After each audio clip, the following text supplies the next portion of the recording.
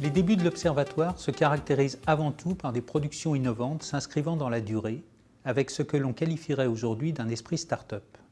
Une structure légère, agile, bien intégrée dans l'écosystème de la profession et surtout s'adressant au plus grand nombre. Dès sa création, 2 produits originaux, toujours d'actualité, sont proposés.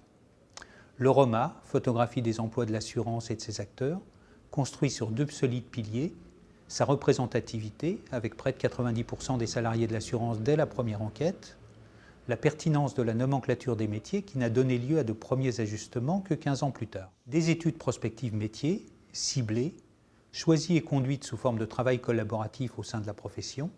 Le métier de téléacteur, à l'époque en émergence avec moins de 1% des emplois, en est un exemple. L'intérêt a été immédiat et important, aussi bien pour les publications que pour les présentations publiques.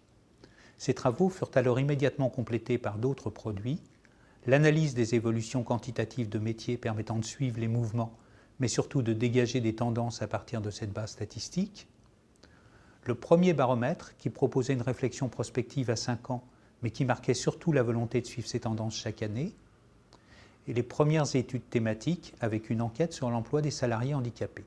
À cette même période, le premier site internet de l'Observatoire, conçu de façon très artisanale, facilitait l'accès de l'ensemble des travaux au-delà de la profession. 20 ans après, ces produits sont toujours là et sont devenus des classiques. Ils se sont enrichis d'autres, comme le ROFA ou le rapport mixité-diversité, devenus eux aussi des standards, auxquels s'ajoutent toujours de nouvelles perspectives comme l'analyse des mobilités cette année.